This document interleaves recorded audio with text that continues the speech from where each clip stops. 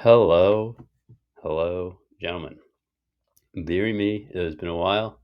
I've missed you. I know you've missed me. It's a given at this point. But yeah, we're back. It's cycle 6 is in the books, and if you haven't noticed, there was no cycle 5 video. Really fallen off like crazy, but maybe that's for the best. Maybe that's for the best. So, guys, we are through 30 match weeks. The table is as tight as ever. Graydon 49 points, Kevin 49 points. I'm at 47, Matt and Mike at 41, and Mr. James Ortiz sitting at 38.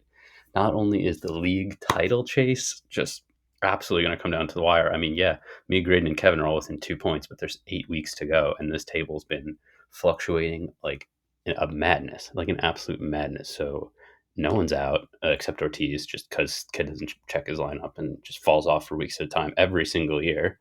Doesn't want Champions League football. So there's 5 guys for 4 spots. Who's gonna get it? Let's talk some storylines. All right, so let's look at the points for. Yep, I still have it by a little bit over Mr. Mike, and my points against is pretty favorable, pretty cool. True stat looking nice. Um, Kevin sitting second for true. Mr. Lynch third. And not surprised seeing Graydon and Ortiz at last, although Mr. Graydon has been sitting at the top for most of this season, guys. Let's go through the cycles real quick. So we got up to this point. So week 21 to 25. Look at this. Look at this. 0 and 5. I went first to fifth. I almost went first to worst, but as low as I got was fifth. Someone was still below me. Carroll taking 4 and 1 in that window. You know, the money being spread out a little bit. Weston and Graydon 3 and 2. Ortiz 3 and 2. Lynch 2 and 3. And that's that 21 to 25 is like abysmal. And I believe I lost week 20. So I actually lost 6 straight. But you follow it up with a beautiful 4-0 and 1 in the most recent cycle that has put me back into second place. And what do you know? Ortiz 0 and 5. Here's the stretch where he fell off. Just not checking the lineup, and he's just giving out free wins. You know, you can't be not starting a full lineup in a normal match week like last week. Like, he was 1 or 2 players short, based on injuries and guys who just didn't play. And like a little bit of that's unfortunate, but a little bit that's just like, why are you holding some of these guys who are not regular starters? And you really can't hold too many injured players. I digress. I don't want to be the whole thing about Ortiz, but let's go some head to head. I fared pretty decently across against most of the league. My worst is Kevin 2 and 4, Weston 2 3 and 1, and then some decent little stuff against those guys. Lynch, yeah, not so great against me. Gets absolutely smoked by Graydon. Plays Mike all right. Destroys Kevin. That's real interesting because Lynch is sitting in what, 5th place right now, and Kevin is tied for first. Lynch cleans up against him. This is the interesting one, guys. This is the interesting one. I might not even talk anymore after this. Weston has not beaten Kevin. Isn't that crazy? 0-6. That is what has derailed Weston's season. He plays the rest of us well. 3 and 3. He's got a positive against Lynch, positive against Graydon, positive against me, but 0-6 against Kevin. That has been his absolute kryptonite, and it is just, that's got to dig deep. That's got to dig real fucking deep for Mike, especially.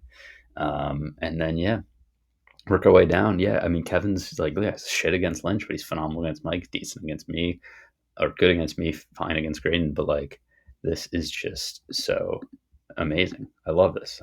When do they play next, guys? When do they play next? I was looking at some transactions, looking around the league a little bit. Let's see some fixtures. Oh, it's not the fixtures I want. And oh, yes, they do. Okay, they do play each other to start the next cycle. So that means they're going to play each other twice. They're going to play each other week 31 and week 36. So Mike has 2 opportunities to potentially get a win against Kevin, or at least a point.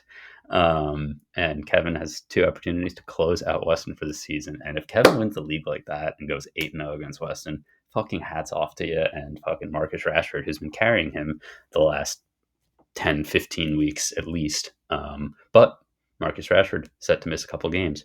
Going to be very, very interesting. So yeah, I mean, we've gone through some money. The money's pretty spread out. Weston with the second was points, but only $30. That's something. Can look at the league here. Take a quick look through everyone's team, see what we like, see what we don't like. Yeah, I mean, I've been looking at Kevin team. It's just fucking good. Like Botman gets a lot of clean sheets. Gabriel gets clean sheets. Lissandro's been solid. These two can be good. Salah, Rashford carrying. Watkins has been great of late. Aston Villa flying. Get a piece of Aston Villa if you need fucking players to pick up. My goodness. Gibbs White's a baller. He's going to be off Nottingham next year. And he's got his Chelsea guys that are, lead to him a little bit of a downfall because he could have had Emi Martinez, but he decided to start Kepa. He's not quite over the hump yet. I'll believe Kevin's fucking good at this when he has no Chelsea players, but he has a great team this year and he's been managing it well. So I will give some credit where some credit's due. Turn of the Mac. Graydon, one of the worst teams in the league, yet he's been at the top of the table just about the whole year. I was going to run a stat that was like, how many points does Graydon get from Holland when Graydon wins? And I can guarantee you Graydon won this one, this one, this one, this one, this one, this one, this one. Like it's we know he lives and dies by Holland. Let's be honest.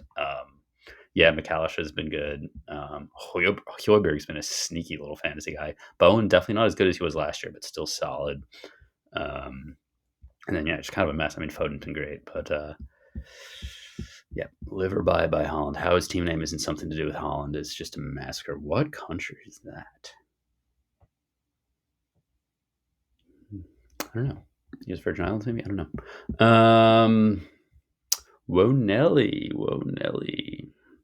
Weston's team changes like every week, but you know what? He's got himself a really fucking nice midfield now.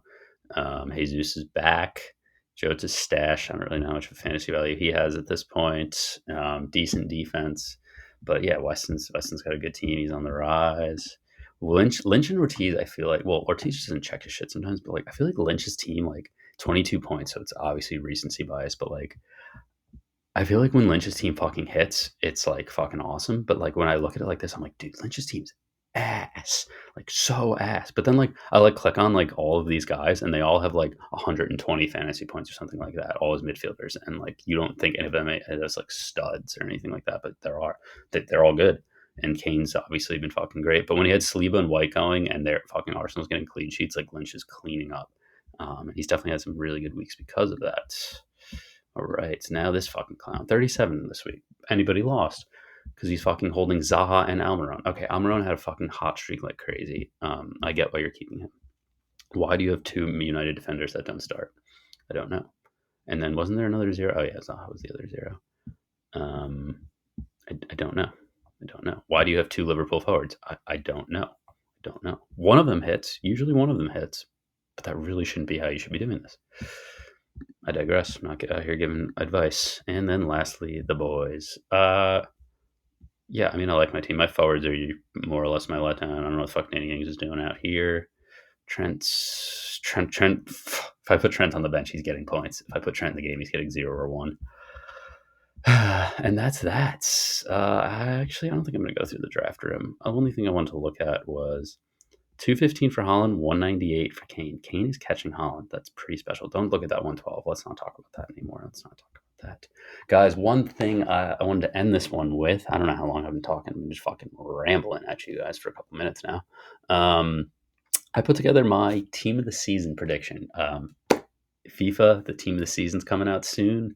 The Premier League season's obviously almost over. It's based on real life performance. Just because it's in FIFA doesn't mean it's bullshit. So they, for the most part, pick players on performance. We'll see who gets in. But guys, here's my prediction. All right. Yeah, there's a good amount of Arsenal in there, so fucking brace yourself. There was one thing I wanted to switch actually.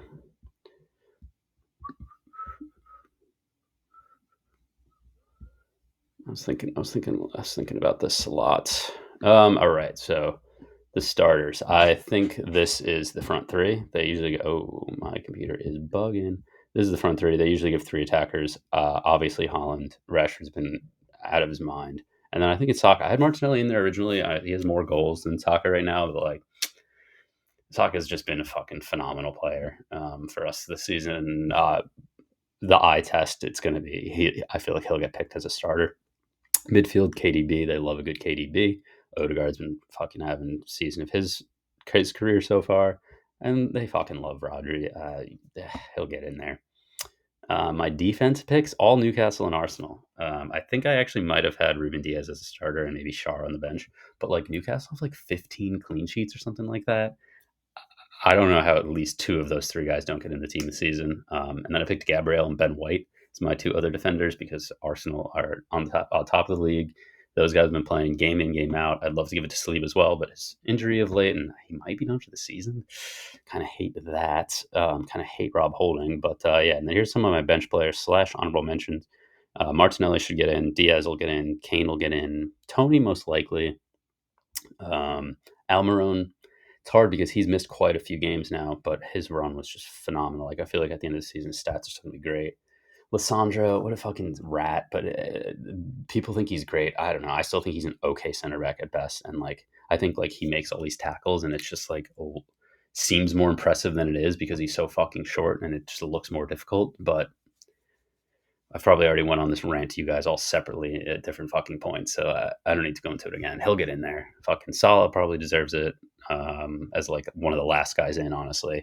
Matoma and McAllister are my other two honorable mentions that I think have a real good shot. Maybe honestly, I'd be happy if either of these two snuck in the midfield and fucking Rodri didn't get in at all. But I was trying to be a little realistic with it. Would love to see Ramsdale get in there. I think if Arsenal win the league and maybe bag a few more clean sheets, probably going to see Ramsdale, especially after that Liverpool performance. My God, are we fucking so we're lucky. We're lucky to escape that with the point. We really are.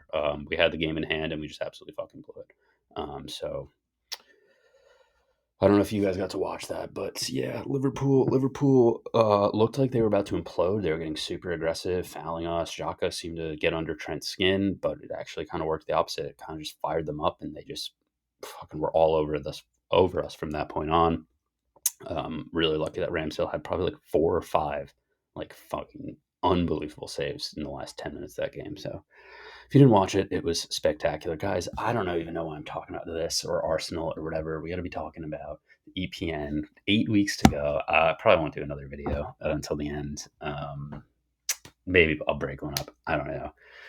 As you can see, I'm not very good at keeping up with it, but I do have fun doing them. And these breakdowns are always fun to see. And it's always, and then, when you do the videos, you find stuff like this. You find stuff like this, and it's just fucking beautiful. So guys, with that, I leave you.